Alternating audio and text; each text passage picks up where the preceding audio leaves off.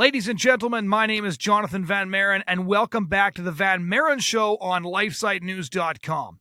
Today I'm going to be talking to a pro-life activist, film producer, and human rights worker, Jason Jones. You might recognize him as the producer of the film Bella. He is also the co-author of a book called The Race to Save Our Century by John Zmirak, who was on this podcast to talk about the conservative civil war just a few weeks back. To give you an idea of how extensive his work in the pro-life movement is, and I don't want to give you too many details because, of course, he's going to tell us about it in this conversation. He began working in the pro-life movement while he was still attending the University of Hawaii. That's where he formed the Pro-Life Student Union, and he also served as a state chairman of Young Americans for Freedom, which is a national group of conservative student activists. He became the chairman of the Hawaii Young Republicans, served as a chief of staff for State Rep Mark Moses. His other credentials include Director of Hawaii Right to Life, National Youth Director of the American Life League, Grassroots Director of Brownback for President, and Public Relations Director for the world's largest international pro-life organization, Human Life International. He's a public speaker who travels frequently, speaking out against abortion and discussing the demands that the plight of the preborn places on each and every one of us. He's sparred with pro-choice activists on everything from ABC's Politically Correct with Bill Maher, Fox, CNN, you name it. Jason Jones is a phenomenal guy. I've talked with him many, many times, bumped into him at the American March for Life, and I just really wanted to share his insights with you and his passion for life. Jason Jones is the sort of guy that if you're pro-life, he's got time for you. If you're not, he wants to make you pro-life so he can make time for you. But I'm really excited to present this conversation because I hope you'll come away from this conversation as moved and as motivated as I was. So without any further introduction from me, here's my conversation with pro-life activist and film producer Jason Jones. Let's start off just by talking about your story, because you didn't take the ordinary route into the pro-life movement. This is a very personal movement for you in many ways. Oh, yeah. I mean, I think most people in the pro-life movement today, Jonathan, have a personal story. In many ways, I feel that the pro-life movement and the abortion industry, they're filled with post-abortive people. Right. And so it's really a battle between people working out the sorrow of their own abortions on both sides. And sadly, my story is quite common. I speak a lot, and a lot of folks will come up to me and say the same thing happened to me. And I even recently had a woman in her 90s say that the same thing happened to her and her boyfriend all these years ago. But for me, I wasn't raised in a Christian home. I wasn't raised in a home where we talked about politics at all. In fact, I was raised most of my life. My parents were divorced before I was 1, and my mom had me when she was 16, and I think they got married and quickly divorced. But in my mother's home, it was hostile to religion, and my father was sort of indifferent to religion. So religion had no impact in my childhood. But I was 16 years old, 2 days before my 17th birthday, when my high school girlfriend rode her bicycle 5 miles from her house to my house and walked up into my room and woke me up on a Saturday morning with the words, "I'm pregnant." And so we spent that Saturday trying to figure out what we were going to do. And we thought we came up with a great plan. She was going to take vitamins and wear baggy sweaters. And on my birthday, which was in 2 days, I was going to join the Army and get into the earliest basic training class that I could. I had a friend who just joined the Army in this program for kids, the boys, young men, to go into the Army. And in the middle of their senior year, you could leave. You had to take your GED, and you could go right off to basic training. So that's what I did. I went down to the recruiter's office, signed the paperwork, and it was just a couple of weeks later, I was off to Fort Benning, Georgia. My high school girlfriend was hiding her pregnancy successfully, and it was sort of our plan that got in our way. Her plan was to take vitamins. That's what she said. I'm going to take vitamins and wear baggy sweaters. Very simple plan. And as she was progressing in her pregnancy, she thought she would need prescription vitamins. She was just buying, regular vitamins at the grocery store. She asked her friend's mother who was a doctor to write her a prescription for prenatal vitamins. Her friend's mother wrote the prescription, but then a couple of days later, she was drinking, and she was drunk, the mother, and she called my high school girlfriend's father and said, by the way, I wrote your daughter a prescription for prenatal vitamins. She's pregnant. His response was swift and immediate. He beat her up and took her to his friend who worked at Chicago Masonic Hospital, and she had a forced early third trimester abortion at Chicago Masonic Hospital. And of course, I didn't know any of this was going on. I was in Fort Benning, just a few weeks away from graduating and coming home. And she called me on a Sunday morning, wailing. The way I explained it is that it was as if her soul was crying. And she couldn't even say the words to what happened. Her father said over the other line, "We know your secret, and your secret's gone. I took Katie to get an abortion." And, that's when I became aware, as strange as it sounds, and trolls, when they see my story in print, will say, "I don't believe this guy knew." Right. I did not know abortion was legal. Did not know it was a thing. I've reflected on it. I did hear abortion before. I remember hearing an inappropriate joke about abortion, and as I've thought about it in the locker room, that when I was a kid, I just kind of ignored.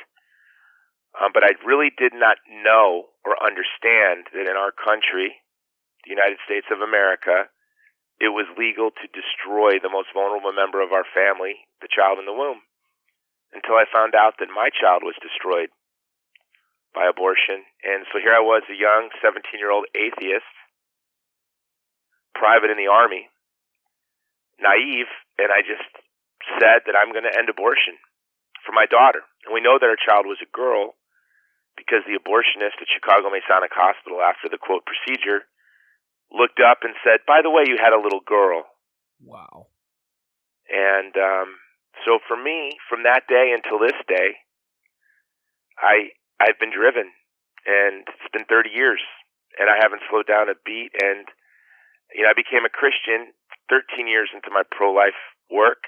I was afraid to become a Christian because I was really driven by anger. Right. For those first 13 years, and I was assenting to the truth of Christianity. I really resisted for 2 years because I was like, "God, I don't want to not be angry anymore, because then I'll become lazy. Then I'll slow down. Then I won't work as hard." And I could see that I was driven in a way I didn't see in other people that I worked with in the pro-life movement. And I thought, I don't want to be like them. I don't want to work 9 to 5. Right. I want to have this anger, this sense of urgency. But when I became a Christian, almost immediately, the anger that was driving me, it did transform, and I wasn't angry anymore. And I could say I was more driven by love. But and I could forgive, and I could be more understanding. I laugh today when I hear people say, "Oh, Christians are judgmental." I was a very judgmental atheist. Right. I was a very unforgiving atheist in the pro-life movement. And I was driven by anger and revenge. To me, my revenge, I wanted the world to kneel and acknowledge that they wronged my child. That's how I thought. The world will acknowledge what they did to my child. You named your little girl Jessica, didn't you? Yes, we did. We named our babies before they were born. We were two kids from bad places. I was from a broken home, raised by a young woman. My mom was a teenager when she had me, and of course, you could imagine we weren't wealthy. Right. And we struggled. My high school girlfriend came from a very prominent Chicago family with a very well-known father, and very prominent in the Catholic world, by the way. And so when we found out about the pregnancy, I think what happens to so many young people from family lives that aren't happy is this desire to build a family that's beautiful and happy. But of course, you don't have the resources to do that. You don't have the knowledge or the wisdom, but you have the aspiration. And I think we both were trying to escape into something. And so we were very happy and excited about this. And so when we were like, if the baby's a boy, we'll name him Joshua. And if the baby's a girl, we'll name her Jessica. And so when we found out that the baby was a girl, it wasn't as if we, named a dead child. We knew her name before we knew her sex. But when we found out her sex, her name was Jessica. How did your girlfriend end up dealing with the loss of Jessica? It's been very hard. What happened was, after the abortion, I came home on leave, and her parents went away on vacation and said, "You can stay at our house, and you'll never see her again." So, for my 2 weeks of leave, I stayed at their house. They had a big, beautiful house.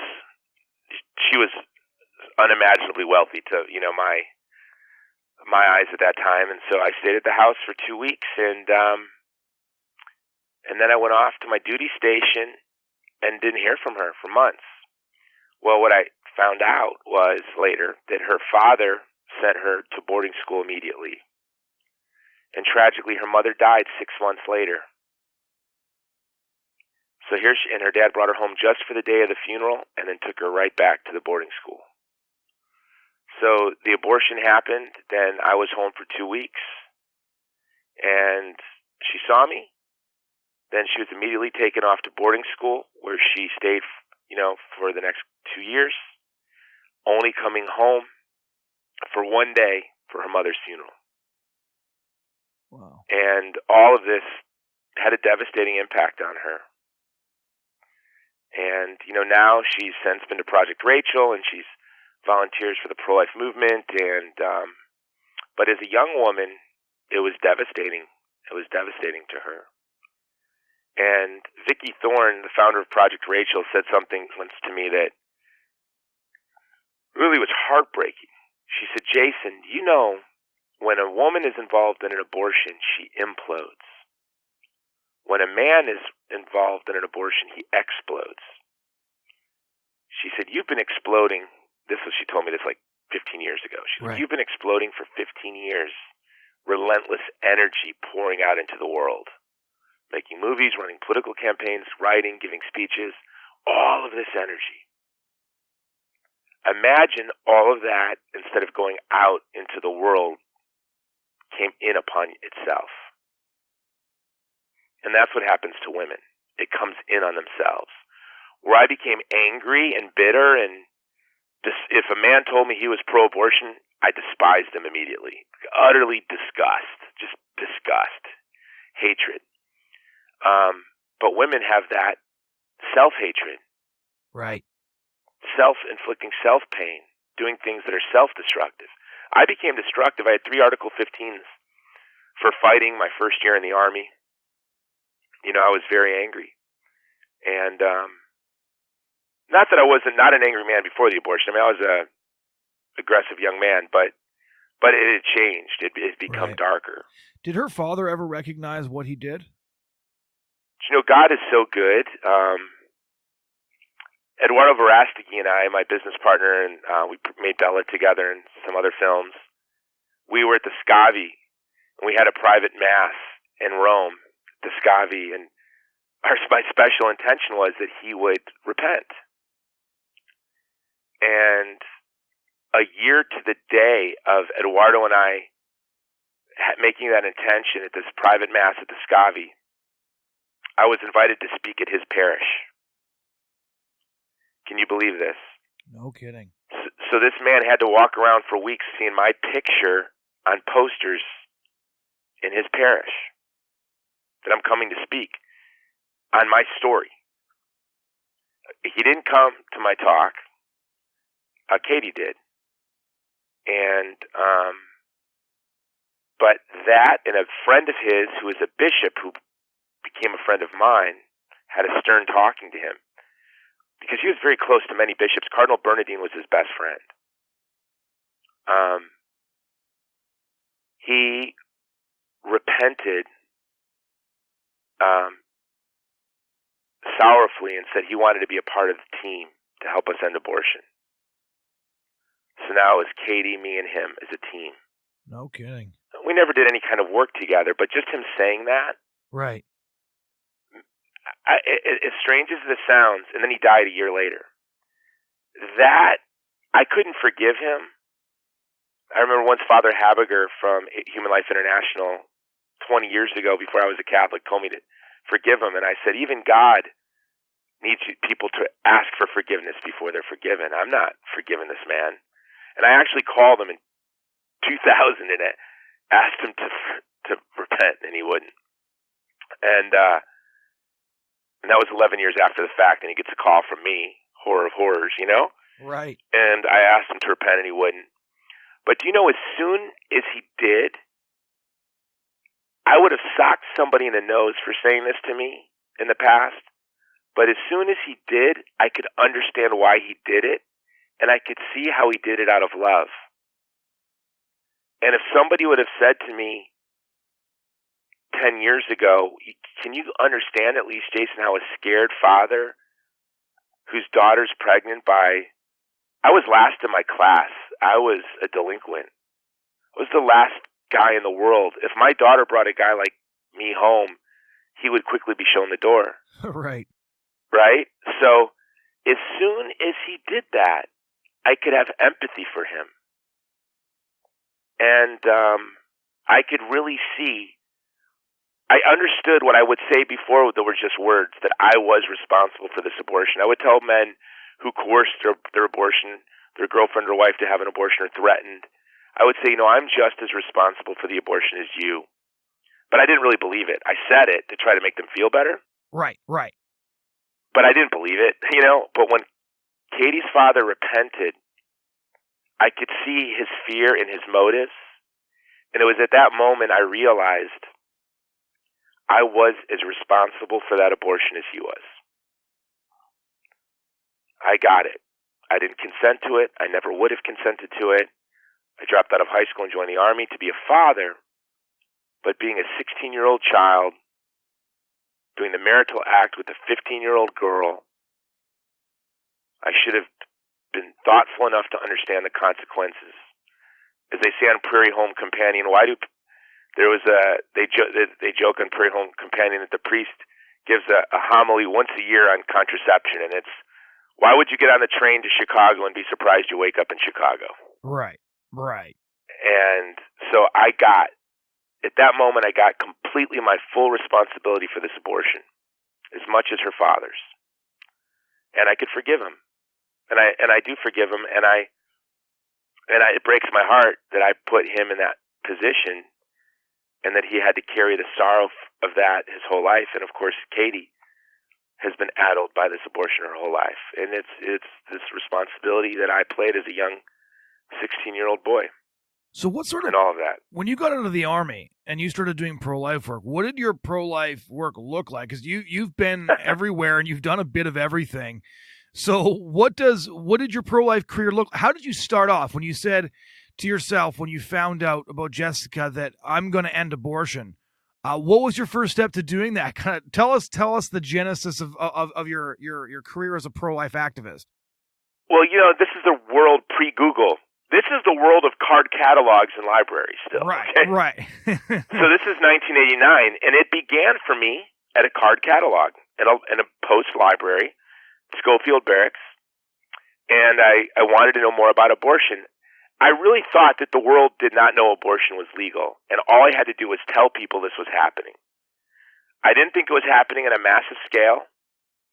I thought it was like a dark secret that was happening in our society that people didn't know about. Obviously, not a lot of people would do this horrible thing. But I would need to just tell people this is happening, and they would go, yeah, this needs to stop. And so I got this book, and I remember it was published by Alan Guttmacher Institute. I think it was called Roe v. Wade in Focus, and it was made for like high school students. It's the only book I could find in my library, and it was everything you could imagine from the research arm of Planned Parenthood. Right. But it was a bit sterile. It was matter of fact. It was meant for high school students to talk about the abortion regime. So I read that, and I was really insecure about being uneducated. I was last in my class. I was a horrible student. My goal was always just to do well enough to be eligible for sports, and that was always quite the challenge anyway. But I knew I needed to read, and I read a book called The 100 Books That Changed the World. And then I bought each one of those books. And two of them became my Bibles. Plato's Republic and Machiavelli's The Prince. I actually laminated them, and they would go with me as an infantryman all over the world in my rucksack, and my officer would laugh at the 17-year-old high school dropout with his laminated copy of The Prince. Yeah. That I underlined like, a fundamentalist Protestant's Bible. Everything was underlined, and notes and paper sticking out of it. But my mother was the type that anyone who knocked on our door growing up was in our house. Jehovah's Witnesses, vitamin salesmen, encyclopedia salesmen, da-da-da. So I just started going door to door in the neighborhoods outside of my base. And my pitch was very simple. I would knock on the door and I would ask the people if they knew that abortion was legal. Right. If they knew what abortion was. And don't you think abortion should be illegal? And these were, a lot of them were migrant workers from the Philippines, or definitely first-generation immigrants. And they all agreed with me 100% that abortion should be illegal. And so I was very confident that this was going to be an easy task. And quickly I found out about Hawaii Right to Life. While I was in the Army, I went down to their office once or twice, didn't get to really work with them, but was so excited to find out there was a pro-life movement and a pro-life organization. And it wasn't until I got out of the Army and went into community college that I started really understanding how big this was. And I know it's hard for people to believe, but I didn't have cable TV. I didn't have cable news. I was in the Army, and then I was a young man working the night shift, 60 hours a week at Home Depot, and going to community college and trying to learn about the pro-life movement. So it wasn't until after I was out of the Army, after I'd been knocking on doors for a couple of years and, reading. I remember, though, I think in the Philippines. I was in the Philippines in an airport with my unit. We were just sitting there with our rucksacks and our weapons, waiting to board a plane. And there was CNN on the airport news.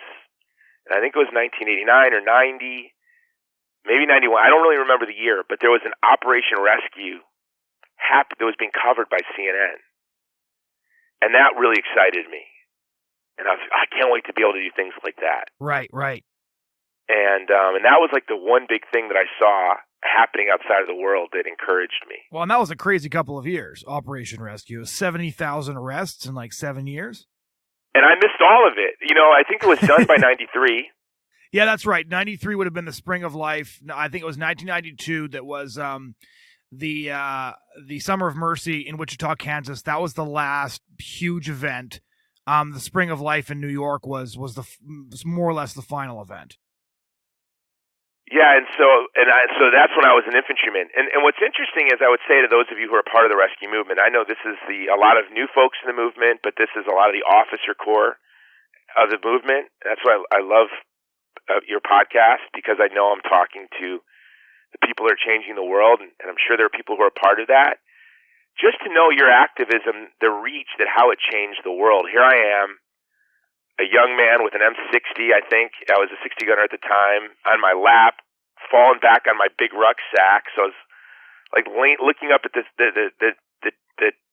TV up on hanging from the wall, while I'm laying back on my rucksack with an M60 across my waist, and I'm watching this on the news, and it gave me such hope, and it inspired me. And so people who are part of the rescue movement, I've met people who were bitter. They felt like it was all for nothing, and they've suffered a lot because of their arrests. But you inspired generations of activists, and you inspired people who went on to do work that have inspired people. So the rescue movement was so important. And that led, I believe, to the move to ban partial birth abortion, and that changed the heart of America. Senator Santorum, with those placards on the news day after day after day. And so the 90s saw a real sea change. Yeah.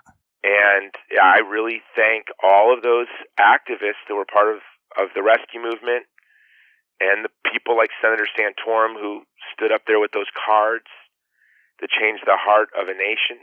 I think it's very interesting that you say that. I once did an analysis. I did a research project into Operation Rescue some years ago just to sort of analyze their tactics and familiarize myself with the history of the pro-life movement. That's one of the things we've been doing on this podcast, as well as I find that pro-lifers are very good at telling the stories of the babies who were lost from abortion, but aren't really good at either knowing or telling the stories of the pro-life movement, which is now over half a century old. And when I was looking into the impact that Operation Rescue had, I found out that almost every major pro-life organization in the country was founded by somebody who had been involved in Operation Rescue in some way or another. So for those who look at Operation Rescue and say it failed, are missing the fact that the pro-life movement as it exists today would not exist without what they did back in the late 80s and early 90s. Full stop. No, and I admire them. And sometimes, you know, we don't appreciate those of us who, you know, think we discovered the equator. Right. I look at the pro-life movement as, you know, I guess we're entering our fourth generation, but the three generations, you know, there's that first generation. I say there was a crime that took place at the corner of Roe and Wade, and there was a brutal assault. And there were people that were just standing around and watched it happen. They weren't doctors or they weren't medical professionals, right? These were just folks who were standing around. They saw this crime take place and they fell to their knees and they did their best to keep the patient alive. Yes. And that's the Judy Browns, who I think worked for Kmart, right? Right. And, you know, Father Paul Marks and I don't want to start naming names because then I'll leave names out, but all of these pioneers, they dropped to their knees and they tried to keep this, and they fought for life. Then there's the second generation. That's my generation. I actually, when I went to college, the courses I took, everything I did, I was doing because I wanted to order my life to protect the child in the womb from violence. Right. I went to the Leadership Institute. I had material sent to me from Right to Life, from American Life League, from Human Life International. These organizations founded by those first generation. Now, I wasn't enough to save the patient's life, but I was sort of like an EMT. You know, I was the guy in the ambulance that had some equipment and some training, right, just enough to keep the patient alive to the hospital. And then now this third generation, the Lila Roses and the David Daleidens and the Kristen Hawkins, and again, I could keep naming names. All of this third generation, I see this generation. They have a big hospital, and they have the best training and the best equipment. And they're the ones they're going to save the patient. But if it wasn't for the first generation that fell to their knees with no training, no preparation, and did all they could, or my generation with the little training and the little preparation, the best we could, now this huge movement that's been knit together over 40 years by folks who are just figuring it out, it's going to be this third generation that saves the patient, that saves the republic. Because Roe v. Wade is the brutal denial of our founding principle, as with slavery and segregation. And the fact that the Supreme Court reached into the 14th Amendment to find the right to abortion is demonic. Yeah. No, and it shows that the war on the African American has always been at the heart of the war of our republic. Because, you know, looking into the 14th Amendment, when the abortion movement was founded by rabid eugenics advocates, is disgusting and repulsive. To find a right to abortion, which was, you know, propagated to target minorities. But we are in a campaign to save our republic here in the United States because abortion denies our founding principle, which is that we are endowed by God with inalienable rights, and really the founding principle of the West, the Imago Dei, which came from the incarnation of Jesus Christ. And I just had this thought yesterday. I'm in Boston, and I was with Mother Olga from Iraq, and we were talking about how they say abortion's a religious issue. Right. And I came to understand that in a way, you know what? We have to acknowledge that it is. And it's something Rene Girard said, that only the Holy Spirit is stronger than the spirit of the age. So of course, knowing that the human person, the biological beginning of the human person is fertilization, that's not an article of our faith, that's a fact. Abortion dismembers an innocent human being is a fact. but that we have the courage to stand up against the spirit of the age to defend the vulnerable, whether it's the child in the womb, whether it's to stand up against segregation or slavery or the Nazis or the communists. That's the gift of the Holy Spirit, because only the Holy Spirit is stronger than the spirit of the age.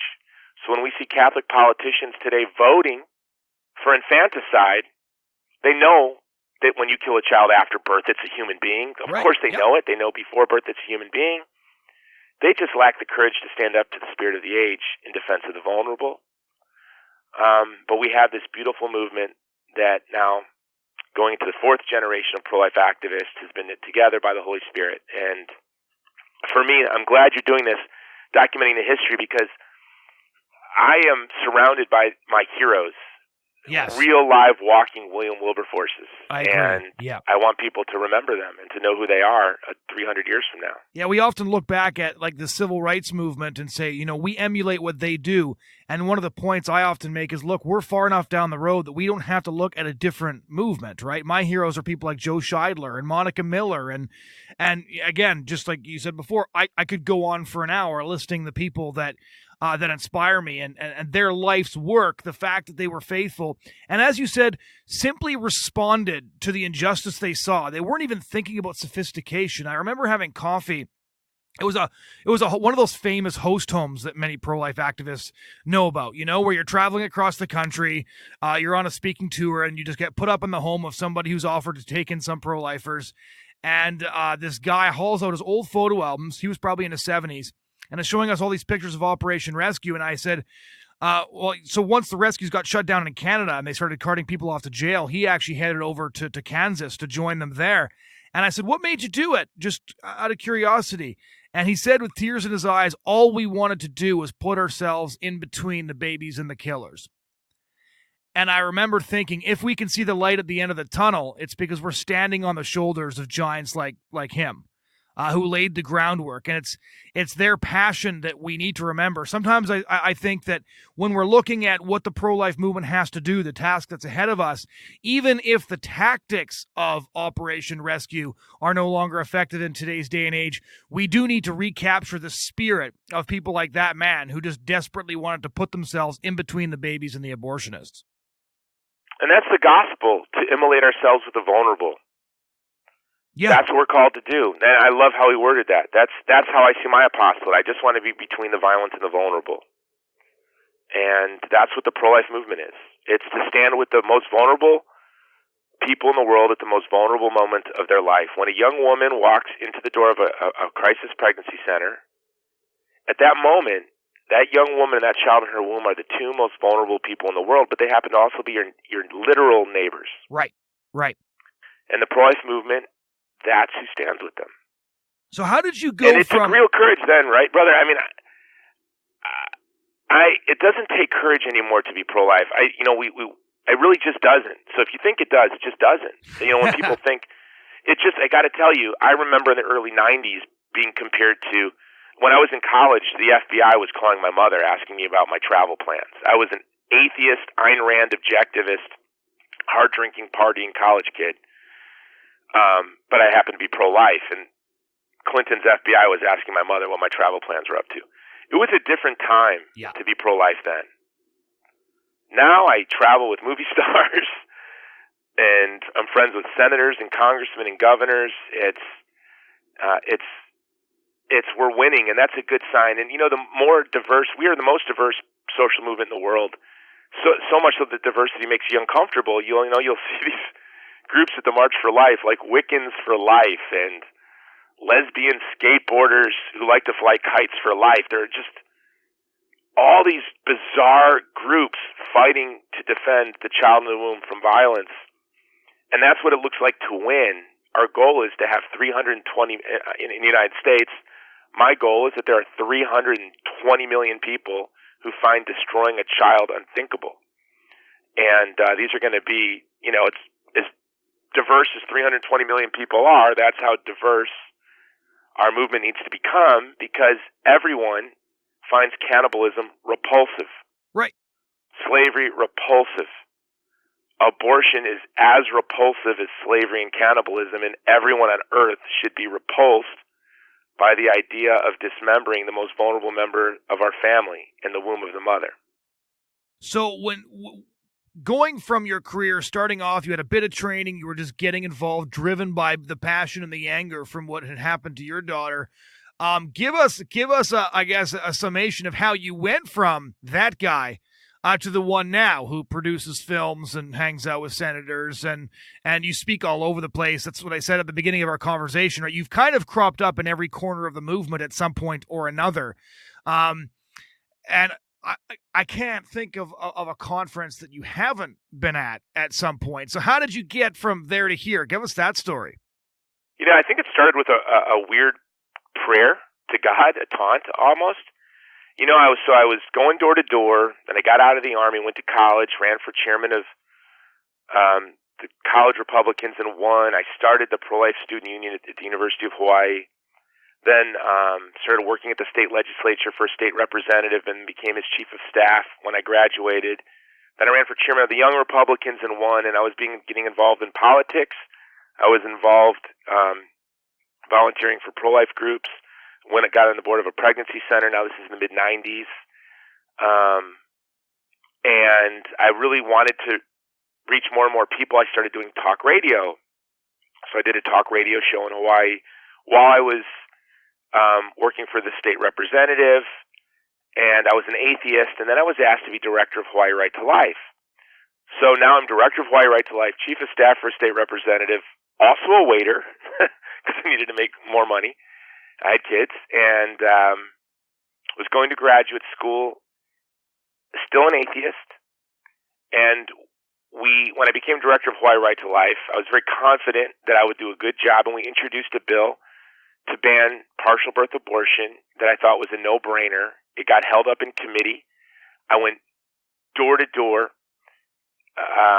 with a petition in the district of the state representative who chaired the committee that was holding up our bill, wouldn't let it go to a vote. Got almost every registered voter to sign the petition, including her parents, her husband, her children, her staff. And I walked in with this petition, and I thought for sure she would hear it, and she laughed. She chuckled. She said, "Jason, I'll never hear that bill." And I called Dr. Alan Keyes, who just came to speak for us, and I had his number. And I said, "Dr. Keyes, I'm wasting my life. I couldn't be doing more. And I can't even get a bill like this that bans one procedure in the third trimester, even out of committee. I'm wasting my life." And Dr. Keyes said, the darker the world becomes, the further your light will shine, pray. And so I said a prayer, and this was my prayer. God, I don't think you exist. And if you're real, you're not my friend. And you're not good, because I'm not good. And I'm trying to end abortion. But I don't see you. I see me and a bunch of broke old ladies in a little office with no money, no resources. Where are you? I said, if you want me to acknowledge that you exist, I need three things. I need rich people, I need famous people, and I need powerful people. You raise them up, I'll serve them, and then I'll acknowledge that you exist. And that was my prayer. And if I look at how I went from running this little organization in the middle of the Pacific Ocean, in the most remote place in the world, the furthest place in the world from any other place in the world, that's the Hawaiian Islands. And then a year later, I'd be working in Washington, D.C., doing CNN, Fox News, Bill Maher's Politically Incorrect. Then I'd be working for the RNC. And then I'd all of a sudden find myself making a movie, working with Steve McAvity, the producer of Braveheart and The Passion of the Christ, and we made a film called Bella. We won the biggest film festival in the world, the Toronto National Film Festival. Then I'm working with Justin Bieber's mom, Patty Millett. We made Crescendo. And I think back, and I'm like, God answered the prayer of an atheist. A wild prayer. How strange. I asked for famous people, rich people, powerful people. And somehow, in a way that doesn't even make sense, I find myself surrounded by people of influence. And they're as committed to protecting the child in the womb from violence as I am. And God is raising up people of courage. The Spanish saint Escriva said that, people in the valley can see snow on the hill. Right. And there's snow on the hill now. I know what I am. I'm a high school dropout from the south side of Chicago who was last in his class, who became a teen parent with very little gifts and talents.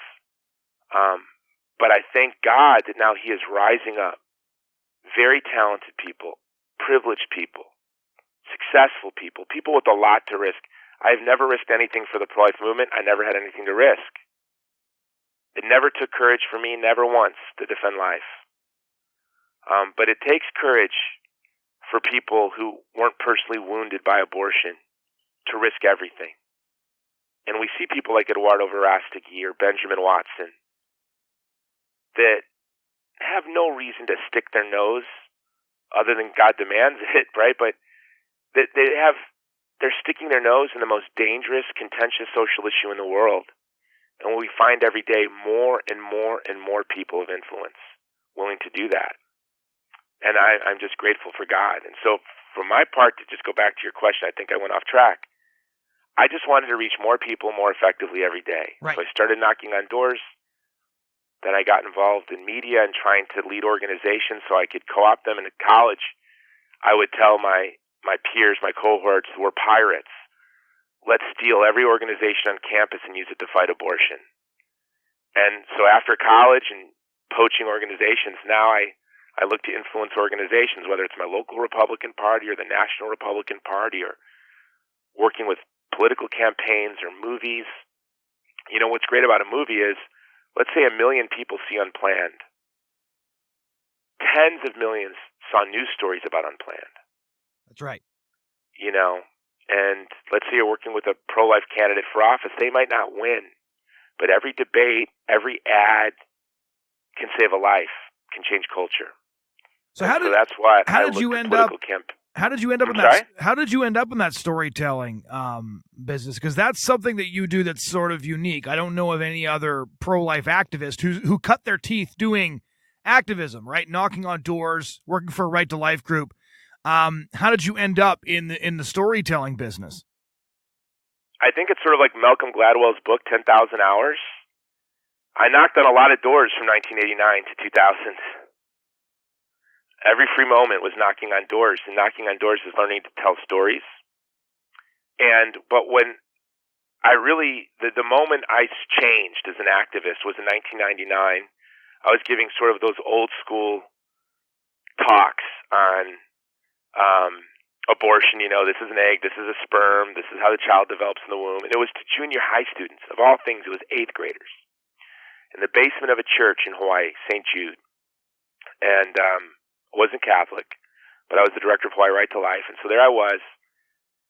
And as I was giving my talk, nobody knew my personal story because I didn't feel it was mine to share. It was Katie's story, and I didn't, and I would feel guilty. Only my closest friends knew what was the cause of my passion. So there I am in the basement of this church talking to 8th graders. In the middle of my talk, I see this little girl and her arms crossed over her waist, and she hugs herself across her waist, and she leans in, and I see this just one tear come down her eye. And that told me everything. This young girl has already had an abortion, and she's in 8th grade. Yeah.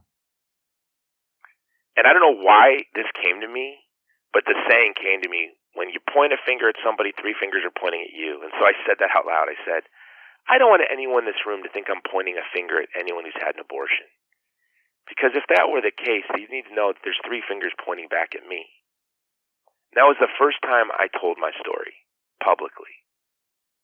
And I felt ashamed because it was Katie's story. I didn't use her name. She's told me to use her name eventually, but she said, please use my name. But I said that, and then I told my story, and I saw it change. All of a sudden, the kids that were doodling were leaning forward, and everybody was paying attention. And then I realized it was uncomfortable, and I still hate telling the story. And I explained it to people. If you lost your daughter to a drinking and driving, would you want to tell that story? No. In fact, when I wrote my book, The Race to Save Our Century, which was a book that took me 16 years, and I had the help of, I think, the best writer in America, John Zmirak,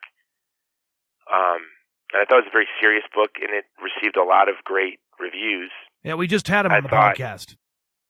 You've had John on? Yes. He is my hero. The fact that I get to talk to him on the phone, and he's my writing partner every day, I get to talk to him is the greatest privilege that's unimaginable, because he's a genius, and he's funny, and he's hilarious. Quirky and strange in all the great ways. Probably in your interview, were his dogs barking? I think the beagles went off at least once. Exactly. Okay, he's a great man. And I wrote that book, and my hope was that no one will ever ask me to tell my story again. They'll ask me to talk about my book. But that's not the case.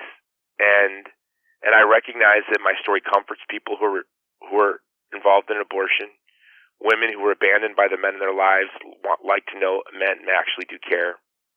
And the story touches people. Stories touch people. And so that's sort of when I realized the power of stories was the day at that basement in St. Jude at this little church in Hawaii. And that's when I realized, okay, there's a movie that came out in 1996 called Ridicule. Okay. It's a French movie about a nobleman trying to get aqueducts to drain the swamps to save his peasants. And he sort of he goes to Versailles with all of his plans and his blueprints. I was that guy. I had my plans, my blueprints. This is how we change the laws. This is how we pass legislation. This is how we can ultimately amend the Constitution. And I realized no one cares. But stories will focus their attention, and we can use stories to push them towards achieving all of these objectives. And one thing I would like to say that the goal of the pro-life movement is full legal protection for the child in the womb from the violence of abortion. Our Christian vocation tells us always to stand with the vulnerable. That's our job. We cannot escape from, whether it's our neighbors without homes, whether it's the persecuted church. 75% of when we're told to tithe in the New Testament, it's to give to the persecuted church. We're always to be thoughtful of the persecuted church. Our neighbors without homes, people who are sick, struggling, suffering abuse. But the goal, and so that's our job, to stand with the young women in these pregnancies and in raising children without support, which so many young women have to do. We're called to be there with them every step of the way. But the goal of the pro-life movement is, as uncomfortable as it is, Bonhoeffer says, the goodness of God pushes us to conflict. That's the facts. Right. And the conflict only shows up when you're working for legal protection for the child in the womb. So if you think you're called to do something else other than that, you were unfortunately born into a constitutional republic. And that means your duty as a sovereign, just as if you were a monarch, you could not escape your duty as a sovereign. Well, living in a constitutional republic, your duty as a sovereign is to make sure everyone has full legal protection from violence. It is not an option. It is not a choice. And the pro-life movement exists to make sure that happens for the child in the womb. So when you talk about conflict being inevitable, that's 100% true, and anybody who's done anything in an activist capacity knows that. And my favorite thing you've ever written is still The Pro-Life Art of War. Your sort of strategy document / column that laid out why the pro-life political lobby could be doing a lot better and your reasons for doing it. And I didn't know when I read that article that you toted Machiavelli around when you were in the army, but I think that column makes a lot more sense with that context in mind. But give us a rundown. What is the pro-life art of war? And the interesting thing is that you wrote that pre-Trump, before the right started treating politics like combat.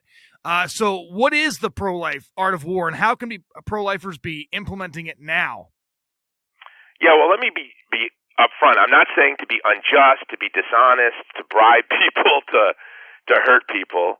But what I was saying is I had the privilege of working around one of the most powerful lobbies in the world in the early 2000s, working around and through and with.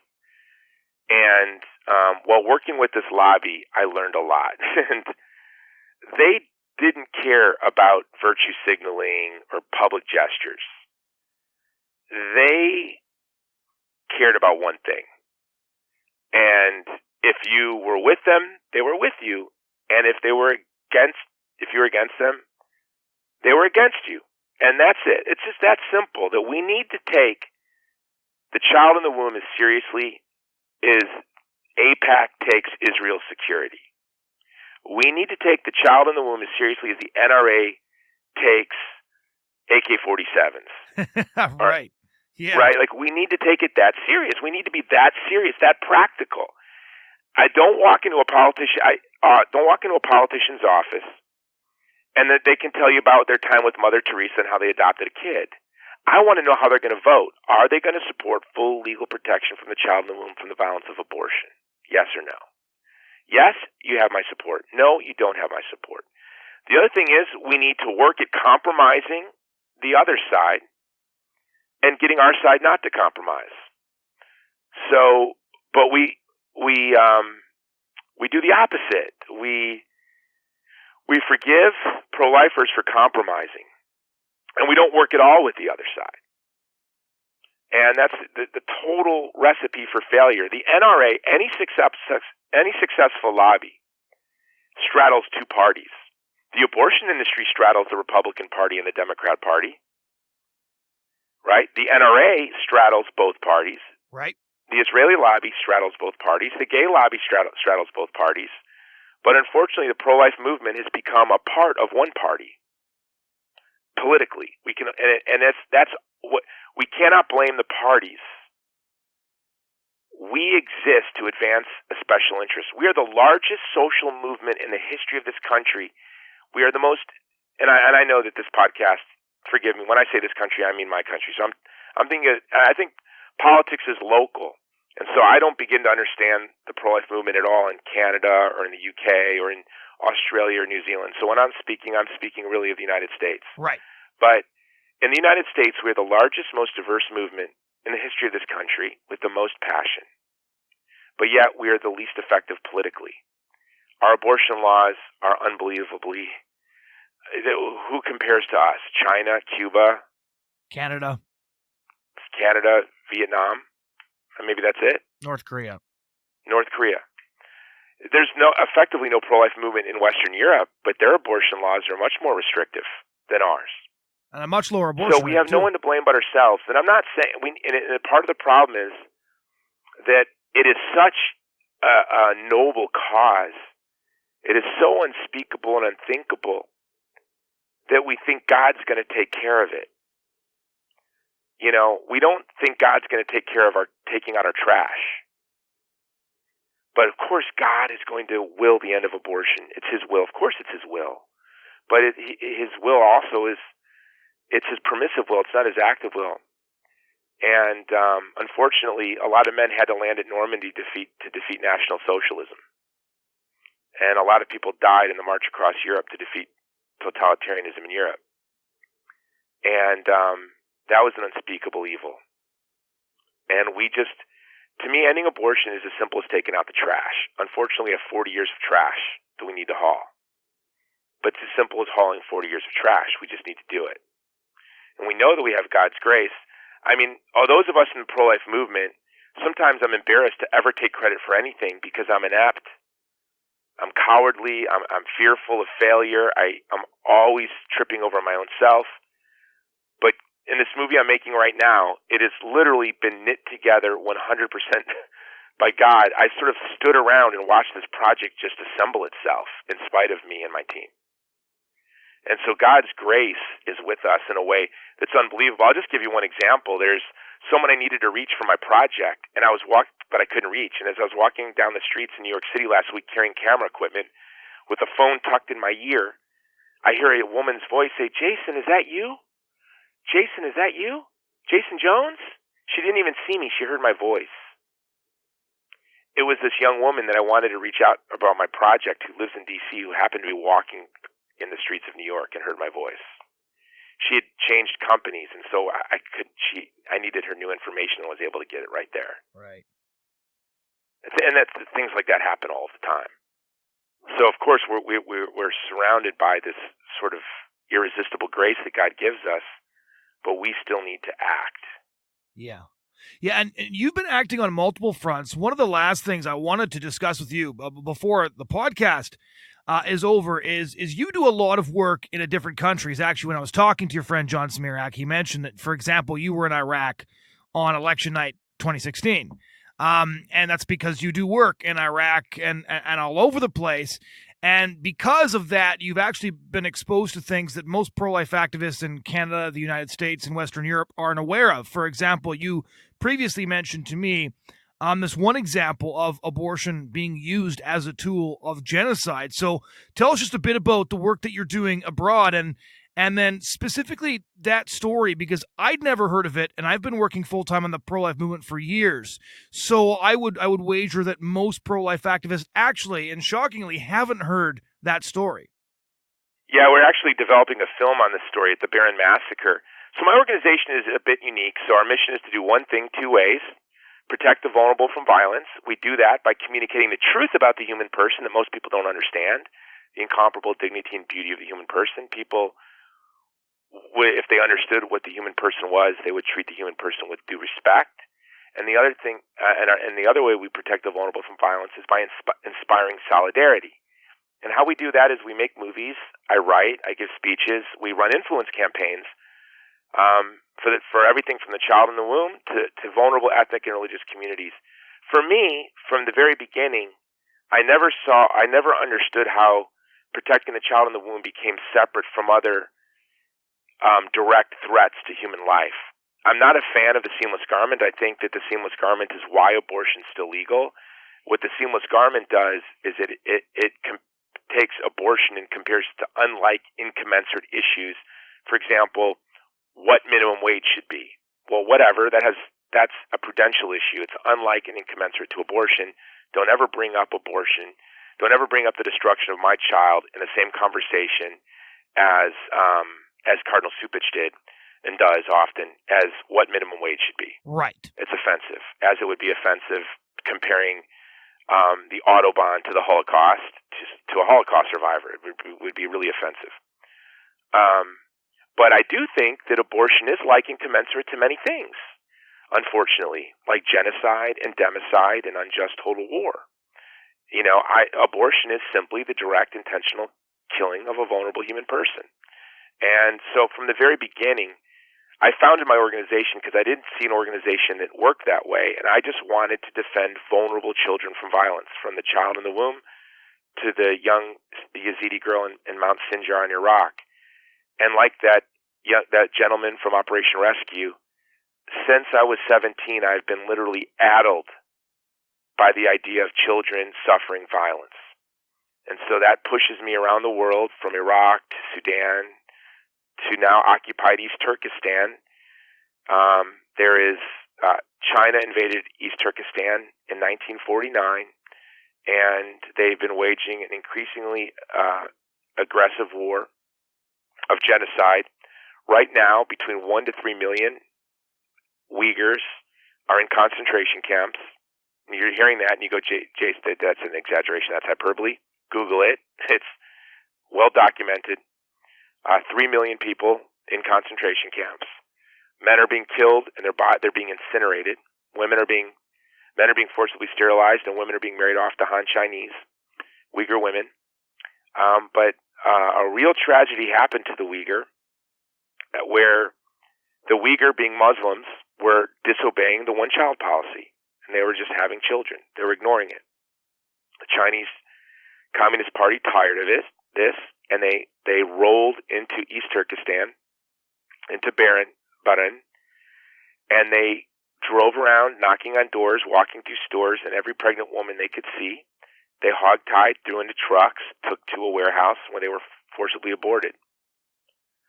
And over a 72-hour period, you had a massacre of over 250 children, one womb, one woman, one baby at a time. You had a massacre of 250 preborn children. Whenever you think of, you can't hear anything more repulsive about this abortion regime, they find ways of surprising us. Yeah. Now Massachusetts wants to outdo Virginia and New York with even a grosser abortion legislation. In China, you find out about a massacre, a literal mass killing that took place in the wombs of 250 women. What year was this? This was 20 years ago, 29 years ago. And the BBC just reported on the concentration camps you're referring to literally this week.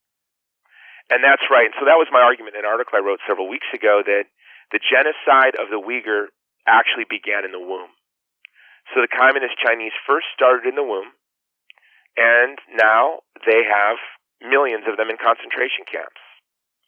So I hate saying this because I hate minimizing each and every abortion is an epic tragedy, but we are in a battle not only to defend the child in the womb from violence, but it's really a struggle to save civilization, because our civilization rests on an anthropology that was birthed with the incarnation.